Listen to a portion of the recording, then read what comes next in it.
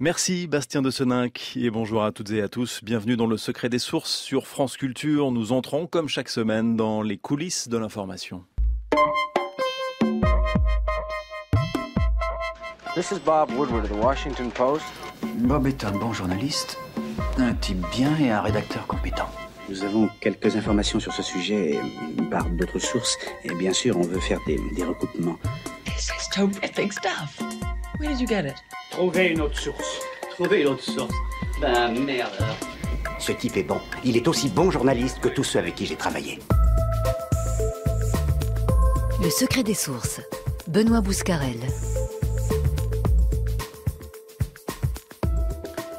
We're Out, titré fièrement dès hier matin à Londres, le Daily Mail qui a bouclé son édition spéciale dès 5h du matin pour pouvoir célébrer sans attendre les résultats du référendum au Royaume-Uni et le Brexit avec en une la photo d'un Nigel Farage exultant, tandis que The Times prenait de son côté une heure de plus pour arriver dans les kiosques, titrant beaucoup plus sobrement et factuellement Brexit for Britain, sorti pour la Grande-Bretagne. Ces deux titres de la presse britannique ont pris acte, chacun à leur manière, du résultat du vote, du choc qu'il représente et de ce qu'il annonce pour l'avenir, à l'issue d'une campagne qui aura été marquée par de forts clivages dans les rédactions qu'on va essayer d'analyser en nous posant également la question de savoir comment la presse européenne, dans sa diversité, a vécu ou s'est engagée dans cette campagne. Ce que les journalistes européens nous disent du Brexit et ce que cette crise nous dit de la presse du continent, voilà notre sujet du jour.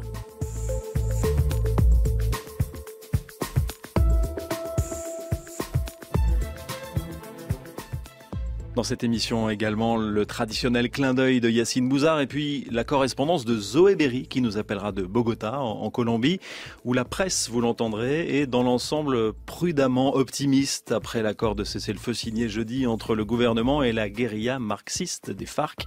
Bienvenue à toutes et à tous dans le secret des sources. Take me out! The UK has voted to leave the European Union. So what happens now? Breaking news, le Royaume-Uni rompt avec l'Europe. Avec la une du Daily Mirror, We are out. La presse écrite en particulier a un impact au Royaume-Uni qui est beaucoup plus grand que celui qu'elle a en France. Elle part de tellement haut qu'elle conserve encore des millions et des millions de lecteurs chaque jour. Beaucoup de lecteurs de journaux britanniques ne comprennent pas les vrais enjeux parce que le débat n'est pas formulé dans les bons termes. On ne comprend pas toujours. Et les principaux titres de la presse populaire, le Sun bien sûr, le Daily Express, le Daily Mail, mais aussi le grand quotidien conservateur, le Daily Telegraph, ont tous fait campagne ouvertement, en particulier sur la fin, pour la sortie de l'Union européenne. Le secret des sources. De toutes les unes fabriquées par la presse britannique depuis l'annonce du prochain Brexit, celle de l'hebdomadaire The Economist est peut-être la plus marquante avec cette Union Jack vieillie, usée et surtout déchirée, flanquée de ces mots « Tragic Split », une scission tragique. Bonjour Anne-Sylvaine Chassagny.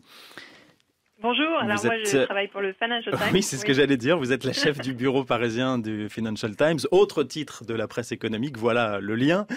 En version quotidienne, vous aviez pris aussi position pour le Remain, pour le maintien du Royaume-Uni au sein de l'Union européenne, mais vous avez été beaucoup plus sobre dans la titraille, en insistant quand même, depuis les résultats, sur les conséquences du Brexit, sur les marchés et sur le risque du populisme en Grande-Bretagne et ailleurs, reprenant finalement les deux grandes thématiques explorées pendant la campagne autour du référendum.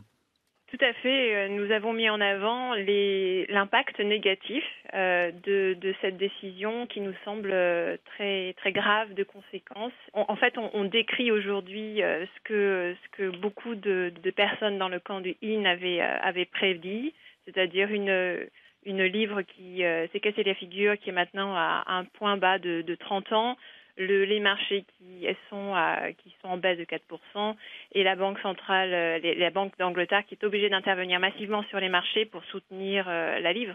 On voit bien que ce qu'on avait anticipé se réalise. Et on voit bien aussi les impacts politiques à travers l'Union européenne, y compris en France, où on voit une Marine Le Pen totalement renforcée, légitimée, et qui va mettre au cœur de sa campagne présidentielle l'an prochain la question d'un référendum et du Frexit éventuel. Vous avez pris, vous l'avez dit, une position assez clairement finalement dans cette campagne, et vous nous dites ce matin que vous aviez raison, expliquant notamment pendant la campagne que sortir de l'Union européenne serait un acte gratuit d'automutilation pour la Grande-Bretagne. Visiblement, vous n'avez pas été entendu par les électeurs. Non, parce que cette campagne a été très irrationnelle. D'ailleurs, ça a été un peu le drame et on a du mal à s'en remettre, nous aussi, au sein de la rédaction. C'est que tous les faits tendaient à montrer que c'était une mauvaise décision de choisir le Brexit et que tous les arguments émotionnels qui étaient dans le camp du livre ont primé. Et donc, voilà, donc les grands enjeux de cette campagne ont été plus l'immigration, un sentiment de nostalgie face au déclin de la Grande-Bretagne et donc une nostalgie du Grand Empire. Et c'est vrai que voilà, c'est un peu désolant pour nous. Le fait que la presse économique ait pris parti pour le Remain, c'est révélateur de quelque chose, peut-être, Anne-Sylvaine Chassagny. Et du coup, est-ce qu'on ne peut pas voir dans le résultat de ce référendum le signe d'un rejet des élites, notamment des élites financières, dans une grande partie de la population au Royaume-Uni ? Oui, tout à fait, c'est un rejet des élites. On voit bien dans la démographie, dans la sociologie du vote. Londres a voté massivement pour rester, mais toute la partie anglaise hors de Londres, donc l'Angleterre, qui a subi de plein fouet les inégalités, qui a beaucoup souffert pendant la crise financière, qui a donc liée à la City, a voté pour sortir. Donc c'est très clair que c'est un rejet de l'establishment. Mais il faut bien dire également que même à Londres, parmi les élites, il y avait un très fort sentiment un très fort soutien aussi pour le camp du out, et ça nous a surpris, nous. Avant de poser des questions à nos autres invités de la presse européenne autour de cette table aujourd'hui, Alberto Toscano, journaliste et écrivain italien, Juan José Dorado du groupe de presse espagnol La Région, et puis Stéphane De Vries, correspondant à Paris de RTL Pays-Bas. On va rester sur la presse britannique avec Anne Pinkett, qui est au téléphone avec nous également, qui collabore notamment au Time Magazine, et puis avec vous, Isabelle Vera-Masson, bonjour.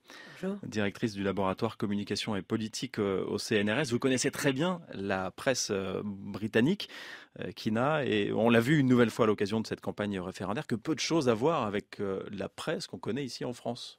Oui, moi ce qui m'a frappé, c'est à quel point on dit souvent, ça fait partie des stéréotypes, que la Grande-Bretagne et la France sont à la fois très proches géographiquement, on se connaît bien, les Anglais et les Français, et pourtant on a souvent des visions extrêmement différentes. Là, ce qui me frappe dans le débat sur le Brexit, c'est à quel point les points communs sont nombreux. C'est-à-dire à la fois, on voit que c'est les mêmes craintes, les mêmes rejets, certaines caractéristiques fondamentales, par exemple la crainte de l'immigration que nous partageons, la crainte le déni d'une Europe qu'on accuse d'être bureaucrate, très loin des gens, etc. La crainte de la finance, alors évidemment qui en Angleterre est marquée de manière très forte par la City, nous en France elle est constamment dénoncée, des caractéristiques communes très importantes comme la démographie, on l'a bien vu dans le résultat du Brexit, des personnes âgées sont déterminantes dans certains votes. La répartition par âge effectivement est très spectaculaire. Tout à fait. Et moins de 50 ans, plus de 50 ans, ça n'a rien à voir. Plus on est âgé, plus on vote, et plus on est âgé, plus on vote, et plus on vote. Alors en Angleterre contre le Brexit, et on sait qu'en France il y a des caractéristiques très très significatives selon l'âge. Donc les ressemblances sont nombreuses, mais il y a vraiment un endroit dans lequel il y a des vraies différences, c'est sur la presse, et en particulier la presse écrite. La presse écrite en Angleterre a d'ailleurs pris position, on l'a dit, il y a eu des études qui ont été faites, 82% pour le Brexit selon certaines études. C'est une presse qui a un tirage très important qu'on ne connaît plus. Les 4 premiers titres anglais correspondent à 6 millions d'exemplaires, c'est énorme. Ça regroupe, mais de manière encore moins importante, ce que nous connaissions avant la guerre de 14 en France. 2 types de presse très différentes. Une presse qu'on appelle tabloïd, très populaire, et puis une presse qui ressemble plus à nos journaux, comme le Times, qui cite dans son dernier numéro du Shakespeare en une. Donc on voit bien les différences. Oui, c'est pas The Sun, hein. Non, c'est pas The Sun qui cite rarement Shakespeare, je dois le dire. Une presse très excessive, là aussi, comme on n'en connaît pas. Le titre du Sun sur Independence Day, c'est-à-dire que tout d'un coup, on fait référence à des thèmes tout à fait excessifs, comme si l'Angleterre vivait dans une totale dictature sous occupation et tout d'un coup elle est libérée. Cameron a été montré en traître, complice d'une invasion de type nazi. La grossièreté de cette presse est totalement sans aucune comparaison avec la nôtre. Le dernier titre du Daily Star, c'est Your Future by the Ballots, qui peut être traduit par Saisissez votre futur par les urnes ou les burns, enfin à chacun de décider. On n'imagine pas un titre comme celui-là en France. Et puis les mensonges sont presque acceptés. Moi, je le regarde de l'extérieur, où on critique, on dit que c'est pas bien, mais enfin finalement, on continue à mentir, on montre des photos d'immigrés qui sont évidemment des Syriens ou des Irakiens ou des gens sous le titre Laissez-nous entrer, nous sommes Européens. Visiblement, évidemment, ça n'a rien à voir avec la question européenne, ou alors les camionneurs anglais qui seraient obligés de manger du muesli à cause de l'Europe. Et apparemment, d'après ce que j'ai lu, les lecteurs croiraient à ces mensonges-là. Donc il y a vraiment là quelque chose de très très frappant.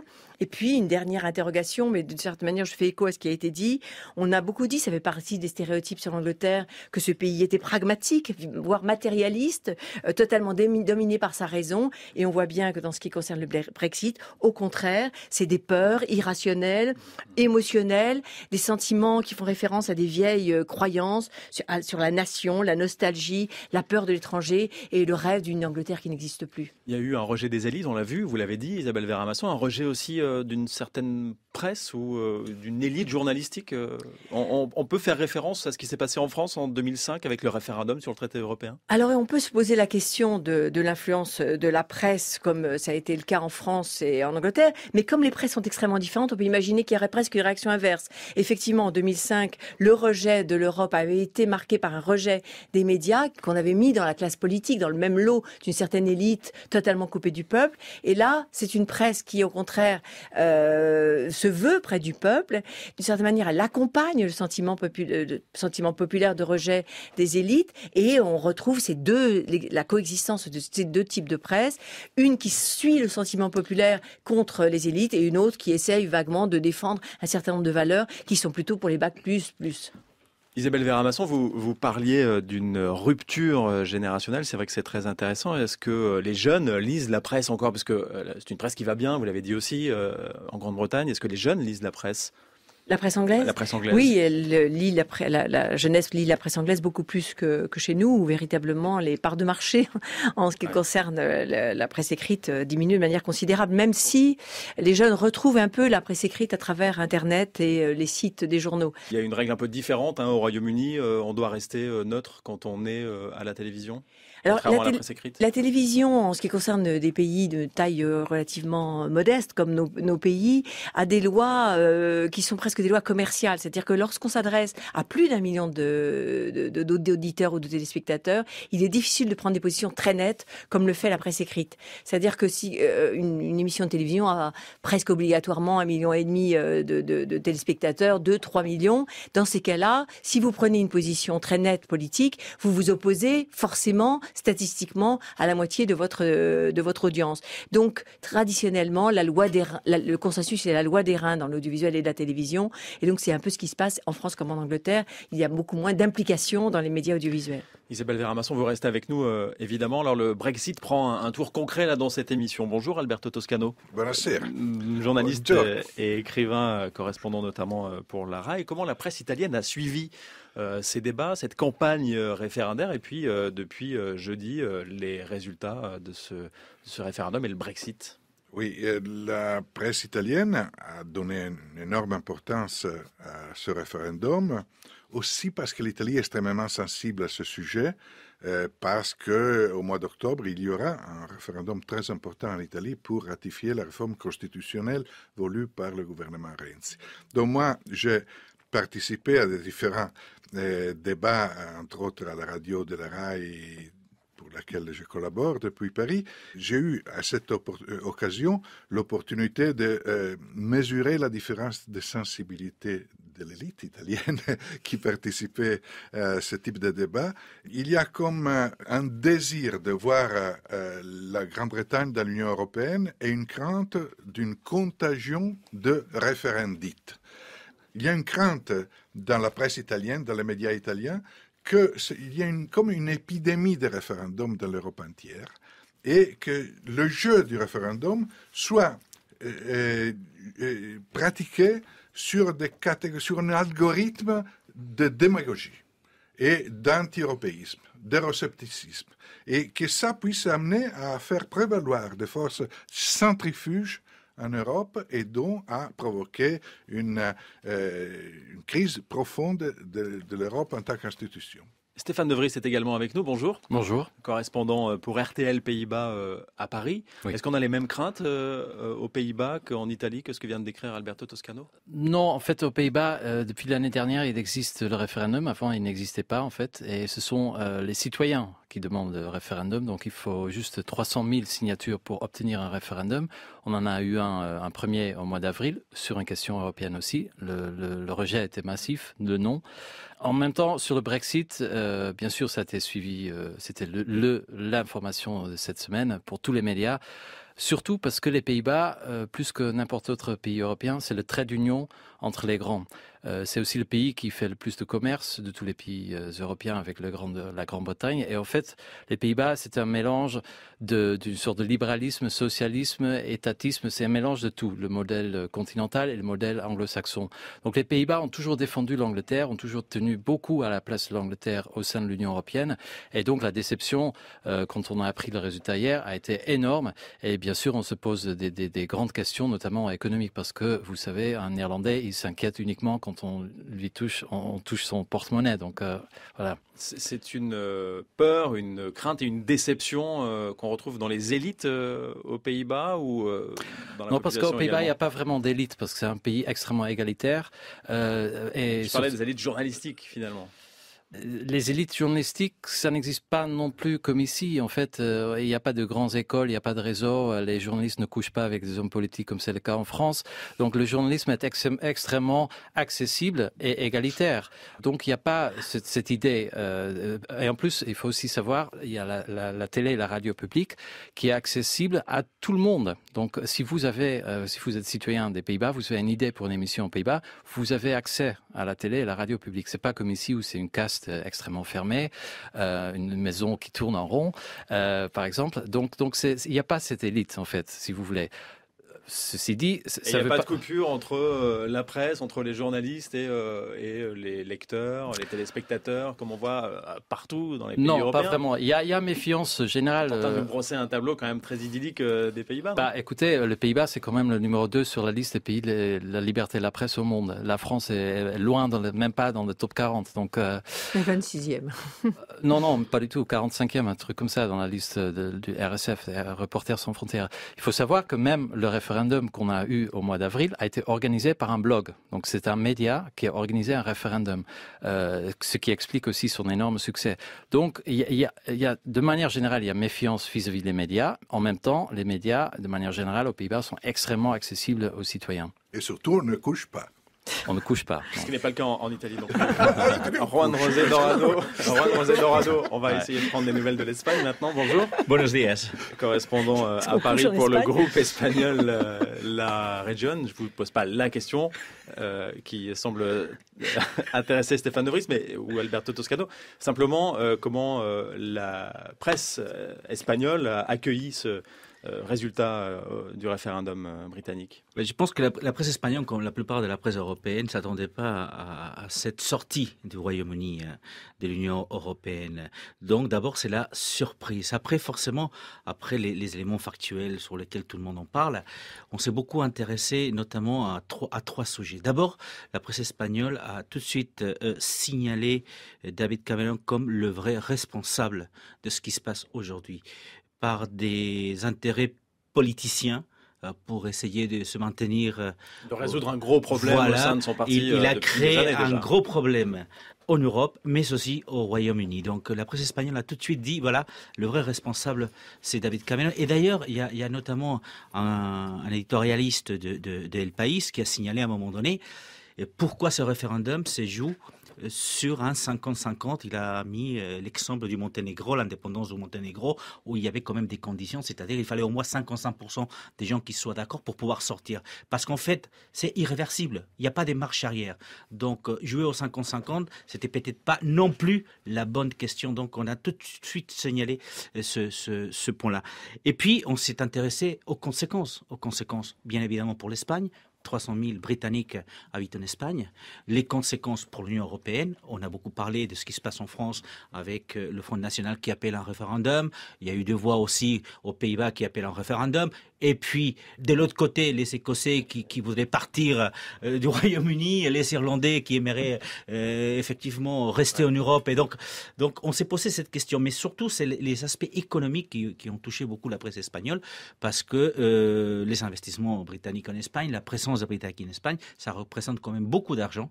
Et donc, il fallait voir dans quelle mesure ça va nous toucher. Et puis, il y a un dernier point. Ce Brexit fait référence directe, a été pris tout de suite par les indépendantistes catalans. Donc, il y a aussi une lecture antérieure à l'Espagne. Est-ce que ce Brexit va donner des ailes aux indépendantistes catalans? C'est la 3e question qu'on s'est posée en Espagne et dans la presse. C'est la référendite dont parlait tout à l'heure, le risque de référendite dont parlait tout à l'heure Alberto Toscano. En plus, par rapport encore à la presse italienne, mais je crois qu'il y a un trait commun avec la presse espagnole et sans doute avec la presse grecque, il y a la question de l'immigration. De l'émigration et immigration, dans le sens que nos pays de la Méditerranée sont en première ligne.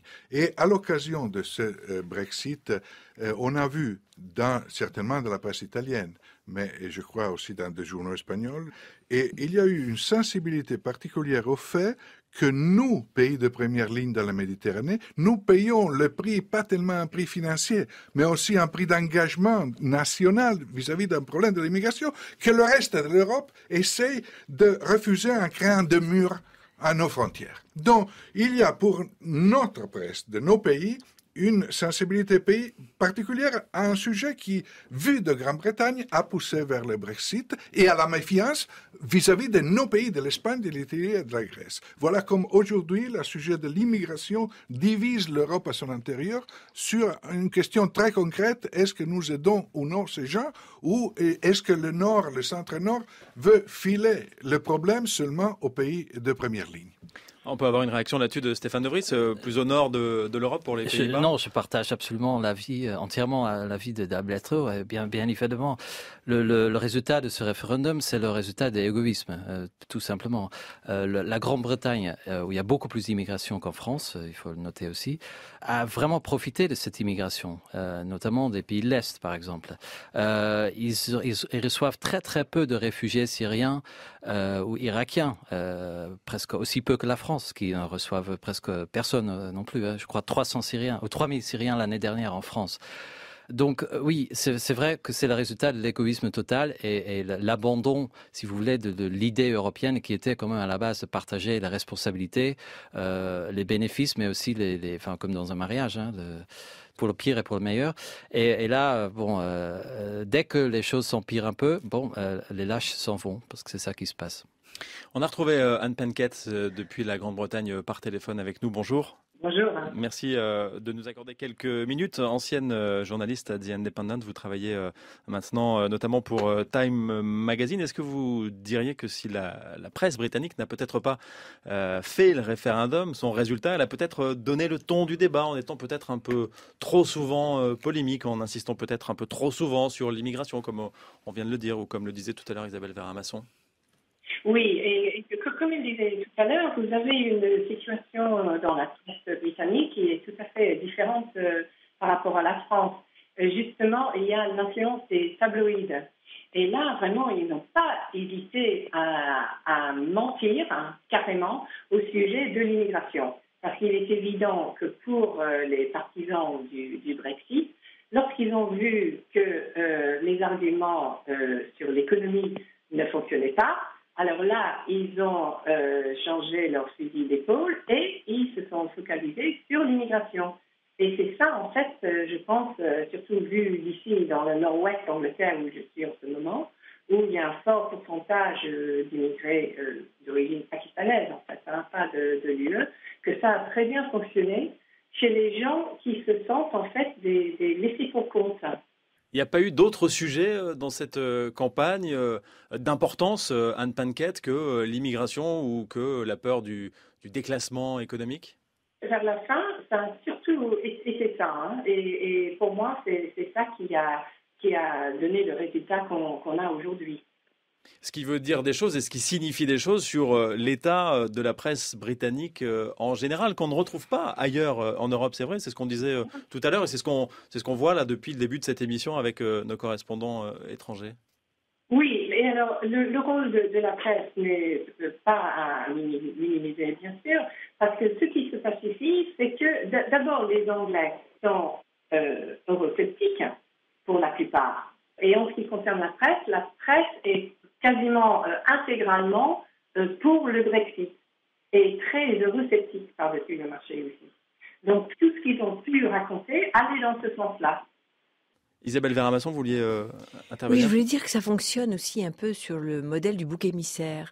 C'est-à-dire que quand on voit en 2005, les débats qui avaient lieu n'avaient pas grand-chose à voir avec l'immigration et la question de l'immigration n'a pas grand-chose à voir avec l'Europe en ce qui concerne la Grande-Bretagne. C'est différent, vous l'avez dit, pour l'Italie ou pour l'Espagne. Donc on voit bien que quand on ne veut plus de son animal, on dit qu'il a la rage. Et donc il y a et ça mérite vraiment d'être étudié, ce vote pour le Brexit. Il y a des amalgames, il y a des confusions qui sont à la fois un ensemble de mensonges et d'à peu près de jouer sur les peurs et sur les idées fausses qui sont tout à fait exceptionnelles et on peut encore une fois le comparer dans d'autres débats sur l'Europe. Donc ça mérite d'être étudié et je trouve que cette question de l'immigration en ce qui concerne l'Europe est tout à fait étrange.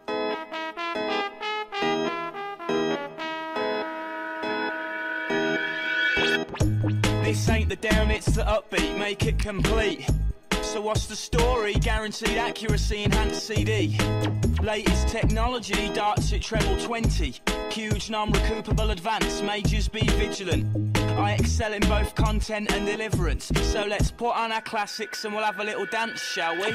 No sales pitch, no media hype. No hydro, it's nice and right. I speak in communications in bold type. This ain't your archetypal street sound. Scan for ultrasounds, north, south, east, west and all round. And then to the underground. You say that everything sounds the same, then you go by them. There's no excuses, my friend. Let's push things forward. You say that everything sounds the same, then you go by them. There's no excuses, my friend. Let's push things forward. Let's push things forward, c'était The Streets sur France Culture, choix musical de notre réalisateur Vincent Abouchard. Le secret des sources, Benoît Bouscarel.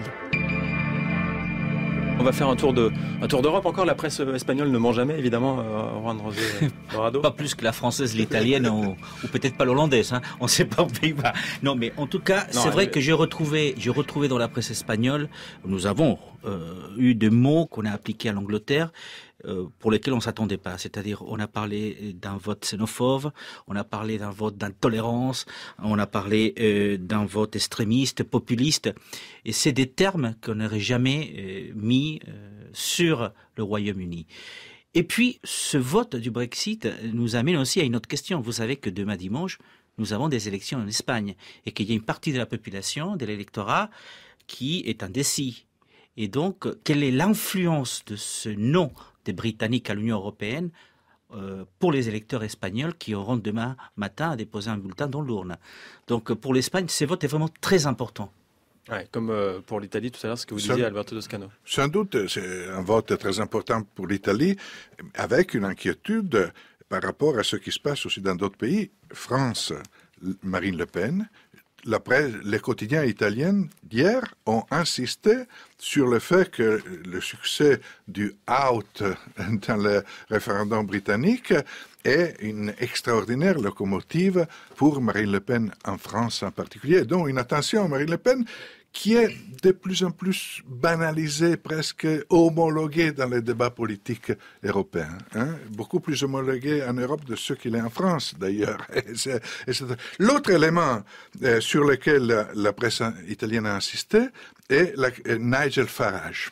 ce monsieur leader de l'extrême droite britannique, qui a un rôle particulier parmi ceux qui ont gagné ce référendum en Angleterre, et qui, chose qu'en France on ne sait pas, a un groupe parlementaire commun au Parlement européen avec le mouvement 5 étoiles de Beppe Grillo. Et je voudrais que tous les commentateurs politiques français qui ont dit dans des différentes chaînes dans les derniers jours que la victoire de Beppe Grillo de ce mouvement 5 étoiles à Rome était l'héritage de Coluche, avait des valeurs de gauche, tout ça, qu'ils réfléchissent sur le fait que ce mouvement populiste en Europe, au Parlement européen, a un groupe commun avec monsieur Nigel Farage. On le sait, hein, en France. On le sait. Bon, alors, on va le répéter. Anne Penketh, Nigel Farage, puisqu'il est question de lui, a été pendant la campagne tout à fait légitimé par la presse britannique dans son ensemble. Oui, d'ailleurs, je pense que quand on regarde sa campagne, il a été très efficace. C'est seulement vers la fin où il a complètement dérapé avec cette affiche où on voyait la longue queue de réfugiés qui étaient à la frontière croate. Et malheureusement aussi, c'était le jour même du meurtre de cette jeune députée Joe Cox. Mais jusque-là, il avait fait une très bonne campagne. Il a dit depuis le résultat du référendum que ce Brexit avait été possible sans un coup de feu tiré. C'était aussi une référence de la part de Nigel Farage à cet assassinat de Joe Cox, une façon de s'en dédouaner. Oui, parce que les partisans du Remain lorsqu'elle a été assassinée, ils étaient très vite pour accuser en demi-mot la campagne du Brexit, parce que le ton utilisé par les partisans du Brexit il y avait beaucoup de vitriol dans leurs propos, et c'est ça volait vraiment très très bas. Et si vous voulez, ils ont créé un environnement où la violence rhétorique pouvait très passer dans les actions. Et donc, il rendait Farage et ses acolytes un peu responsables de la mort de Joe Cox, oui. Est-ce qu'au-delà de ce Brexit, au-delà de la crise des réfugiés, de la crise économique évidemment qui touche l'Europe depuis très longtemps, on peut voir revenir dans la presse britannique, qui était celle en tout cas pour le Remain, un espace pour un idéal européen dans les mois ou les années à venir, à votre avis, Anne Penketh ? Eh bien là, je pense qu'ils vont se replier sur eux-mêmes parce que malheureusement, hein, c'est ça, on est une île. Et je crois que pour les travaillistes, dont leur dirigeant Jeremy Corbyn a été quasiment absent de cette campagne. D'ailleurs, est très très tiède lorsqu'il a participé à la campagne. Et les Tories s'entre-déchirent. Et alors, la presse, par exemple, The Guardian, déjà se pose des questions. Comment on va vivre avec les conséquences de ce vote? Que va devenir le Parti travailliste? Qu'est-ce qu'ils vont faire pour ces gens qui sont les laissés pour compte? En fait, ils avaient tendance à rendre l'UE responsable de leurs maux, mais en fait, c'était la politique du gouvernement et avant ce gouvernement des travaillistes qui n'a pas réagi aux conséquences de cette grande vague d'immigration qu'on a connue. Je rajouterai d'ailleurs qu'à Londres, heureusement, où il y a le plus d'immigrés au pays, c'est le oui qui l'a emporté aujourd'hui. Hein, assez largement d'ailleurs, Anne Penketh. Vous allez aussi avoir un problème avec l'Écosse qui, évidemment, va se poser la question de son appartenance au Royaume-Uni. Ça fait écho un peu à ce que nous disait tout à l'heure Juan José Dorado avec la Catalogne en Espagne, même si le contexte évidemment est différent. Merci beaucoup Anne Penketh d'avoir été au téléphone avec nous. On va vous libérer. Vous avez un agenda évidemment très chargé au lendemain de ce Brexit. Est-ce que l'idéal européen, on va refaire un tour de table, Juan José Dorado, Stéphane De Vries ou Alberto Toscano, va devoir trouver une place peut-être différente, supplémentaire dans la presse de vos pays respectifs? On ne se nourrit pas d'idéaux. Et cet idéal a un sens si elle est incarnée, matérialisée dans des politiques. Et l'Europe est devenue impopulaire et la presse a multiplié cette impopularité par une série de polémiques parce qu'elle n'a pas eu de politique pour résoudre les problèmes des Européens. C'est si simple que ça. Si on pratique systématiquement une politique d'austérité à un moment où il y a un chômage à ce niveau-là, et on n'arrive pas à pratiquer en Europe une politique d'investissement, évidemment, l'Europe paye un prix. Ce n'est pas une question d'idéal, c'est une question de politique. Mais la presse le dénonce peut-être pas suffisamment, Stéphane De Vries. Je pense que la presse s'en fiche réellement de l'Europe. La presse aime bien parler de ce qui se passe, peut-être la prochaine rue, peut-être le quartier un peu plus loin. Mais dès qu'on parle d'Europe, c'est trop loin. Et le vrai problème, à mon avis, pour le journalisme européen, s'il existe, c'est que tous les journaux, tous les médias nationaux traitent leurs sujets de manière nationale. Ils ne regardent jamais l'Europe. C'est comme si l'Europe n'existe pas. Mais en fait, l'Europe, c'est nous. Et l'Europe, c'est peut-être beaucoup plus important que les capitales nationales. Et c'est ça la grande erreur que je nous reproche, c'est de ne pas prendre l'Europe pour quelque chose qui va de soi et toujours regarder notre nombril. Et c'est quelque chose à critiquer, Stéphane De Vries. Absolument, mais c'est une critique, absolument. Et mais ça, c'est pareil dans tous les pays. C'est pas limité à la France, aux Pays-Bas. C'est vraiment partout pareil. Isabelle Verhamasson. Moi, je crois que l'Europe n'a pas réussi à produire un grand récit. Alors que la nation a su pendant des années, c'est particulièrement vrai en France, proposer un récit qui correspondait à quelque chose qui était de l'ordre du vécu des individus. Et ce récit a apporté la République, la liberté et l'indépendance, alors que l'Europe n'a pas réussi à proposer, encore une fois, une histoire, une fiction, un récit qui porterait des valeurs. Ça a été vrai pour les Allemands à un moment donné. Moi, j'avais étudié cette question-là. L'Europe leur a proposé un récit qui leur permettait de vivre avec leur passé, avec leur histoire. Et puis, l'autre récit qui est le problème de l'immigration, de cette arrivée d'une sorte de menace, de différence, n'a pas réussi à faire disparaître cet autre projet qui était l'Europe. Juan José Dorado, vous aurez le mot de la fin. La presse n'est que le reflet de la société. Oui. Donc, la presse, c'est pas la presse qui doit changer, c'est plutôt les hommes politiques et sa façon de voir l'Europe qui doit changer. Et la presse doit avoir aussi un questionnement sur son relais. Tout à fait. Entre les hommes politiques. Nous ne sommes que le reflet des hommes politiques essentiellement. Donc d'abord, les hommes politiques vont devoir changer sa façon de voir les choses, parce que nous, on reflète ce qui se passe. Ça se passe en Espagne, ça se passe partout ailleurs. Et puis, je suis sûr, la société suivra, puisque si nous, on donne les vraies raisons d'une vraie Europe, pourquoi douter ? Pourquoi douter ? Merci à tous d'être venus dans le secret des sources cette semaine. Juan José Dorado, correspondant au groupe La Région en France. Isabelle Verhamasson, merci à vous, directrice du laboratoire communication et politique au CNRS. Stéphane De Vries, correspondant de RTL Pays-Bas à Paris. Collaborateur. Alberto Toscano, j'ai bien noté. Collaborateur de la radio de la RAI. Notamment, voilà, à la RAI, avant de partir en Colombie dans un instant pour évoquer la façon dont la presse commente et analyse l'accord de cessez-le-feu définitif entre le gouvernement et les rebelles des FARC. Restons quelques instants en Europe avec le clin d'œil de Yacine Bouzard.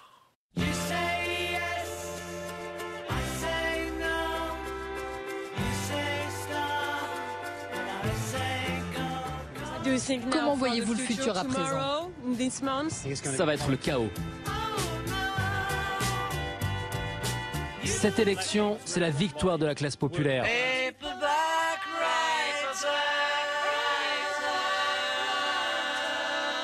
Le Daily Mirror, le seul tabloïd qui faisait campagne pour l'Europe, We Are Out. Et en face, le Sun, qui lui était clairement pour le Brexit et qui ironise, se permet un petit jeu de mots.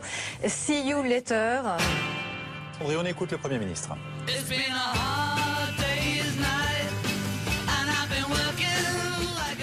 Et pour cela, je pense que le pays a besoin d'un nouveau leadership pour le mener dans cette direction. L'Union européenne, c'est la loi El Khomri. C'est la désorganisation des services publics. C'est la marchandisation de tout.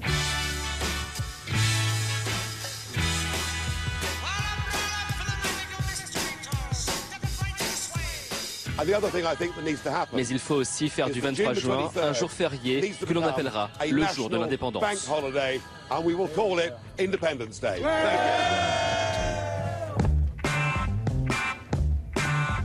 me tell you how Grande-Bretagne ne fera donc plus partie de l'Union européenne. Le vote des Britanniques met gravement l'Europe à l'épreuve.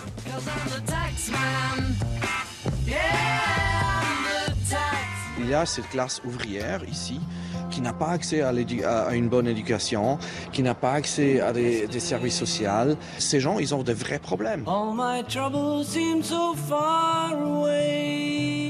Et ce référendum, c'est une opportunité pour eux pour faire un cri à l'aide, de se faire entendre par les élites.